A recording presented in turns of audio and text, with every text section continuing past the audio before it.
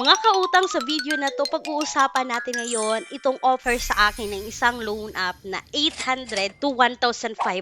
And kita nyo ngayon dito sa screen, mga kautang, no, makita nyo na 2 terms, 3 terms, at 4 terms to pay. But based sa aking personal experience, nung ako ay nag-apply dito, yung ma-open lang talaga dito is yung 2 terms nila. And nakalak pa yung 3 terms at 4 terms. Pero, wait muna. Ili-legit check muna natin. Hayaan nyo muna ako na i-share yung personal experience ko about this loan application. Kung legit nga ba talaga na 2 terms ito, kahit kayo ay first time borrower dito, at magkano nga ba talaga yung possible na ma-receive if mag-loan ako dito ng 800 or 1,500. Yan yung ipapakita ko sa inyo, mga kautang, kaya please continue watching. At hindi lang yan, no? Isasabihin ko rin sa video na to kung magkano nga ba total interest rate, kung legit nga ba at maaasahan this 2026. And hindi ko na masyadong papahabain pa yung intro, mga kautang, no? Let's talk about dito kay Supreme Money Cash Loans App. At itong si Supreme Money Cash Loan Apps is under po ng Supreme Money Lending Corp, mga kautang, which is, ito is merong SEC registration number, nasa SEC SHICAR po ito,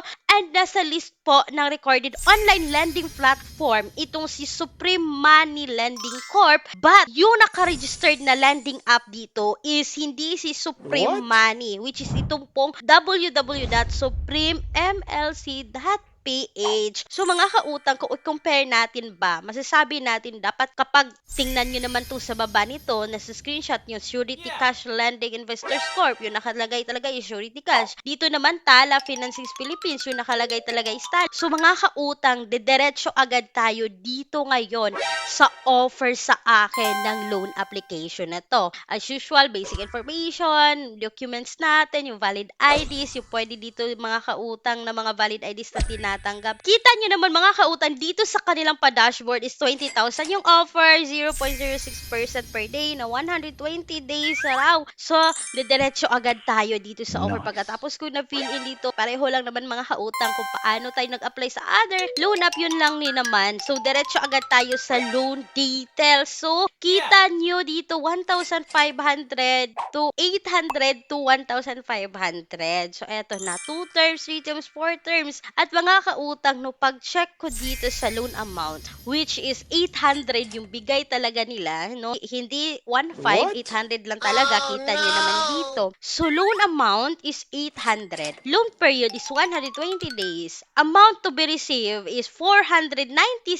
Service fee is 304. Zero yung interest rate. Tapos, terms na sinasabi dito is 2 terms. At first term repayment, mga kautang, unang pagbayad pa lang dito, babayaran mo na 792 pesos, which is, mga kautang, nagka-count ako dito, 7 days to pay. Kasi yung pangalawang installment dito is, maano na yan, mawi-wave na, mga kautang. Therefore, sa 800 na loan, babalik mo ng 792 sa loob ng 7 days, at yung ma-receive mo dito is 496 pesos. Yan po yung reality check dito po kay Supreme Money. And alam nyo, mga kautang, ang dami kong nakita, ang dami kong nabasa, no, na comments dito sa loan application na to, no, na nanghaharas na 2 days before ng due date. So, naghanap talaga ako, mga kautang, no, ng comment, at nakikita ako ng recent comment noong February 13, 2026. Worst loan app. I have 3 payment terms, but 2 days before the first due date,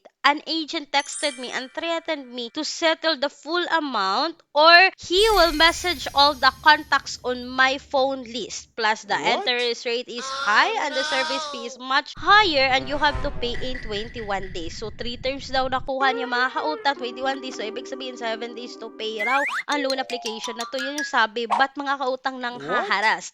Hindi lang yan, ha. Nakita ko pa to noong February 12, 2026, this year also. So, ibig sabihin, nagpapa-loan pa talaga ang loan application ko. Ang dami pa nakautang dito. This is ridiculous. You set a due date, then pressure people to pay 1 to 2 days bully, and harass them non-stop with threats. Your Viber agent don't even listen and keep sending nonsense messages after I already sent I'm paying. This behavior is abusive and completely unprofessional. So mga kautang, nang haharas pala itong si loan application na tong si Supreme Money. And hindi lang yan mga kautang, no?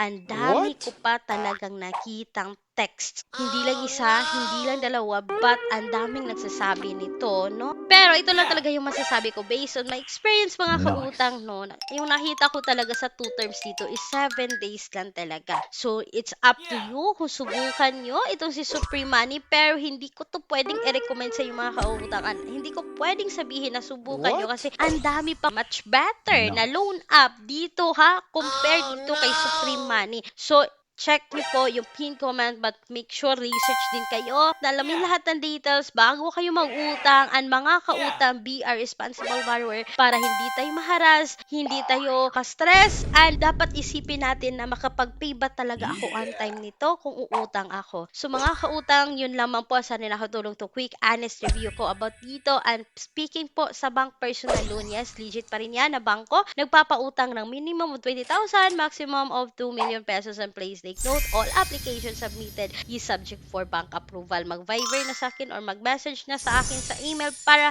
mabigyan ko po kayo ng further information about this bank loan. So mga kautang, please take note, hindi po ako binayaran ni Supreme Money para banggitin sa inyo or i-review sa inyo ngayon. Ito lamang po ay based sa aking personal experience and research po. Kaya kayo na po mag-decide kung subukan nyo, pero hindi po recommended. Once again, this is Clarice, ang inyong number 1 pala utang dahil utang is life. Bye bye bye mga kautang!